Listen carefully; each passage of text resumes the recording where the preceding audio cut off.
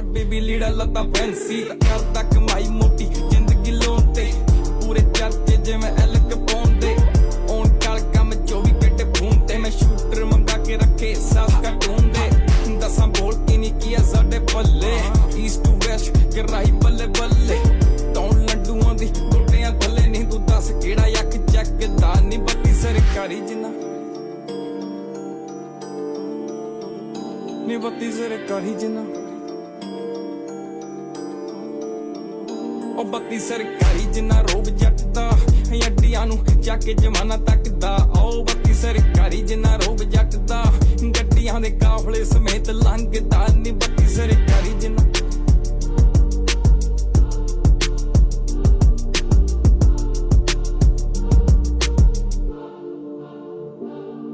ਗੱਲ ਦੀ ਤੂੰ ਹੋਰੀ ਕਰੇ ਕਿਹੜੀ ਗੱਲ ਦੇ ਚੱਲਦੀ ਅਜੇ ਵੀ ਹਵਾ ਸਾਡੇ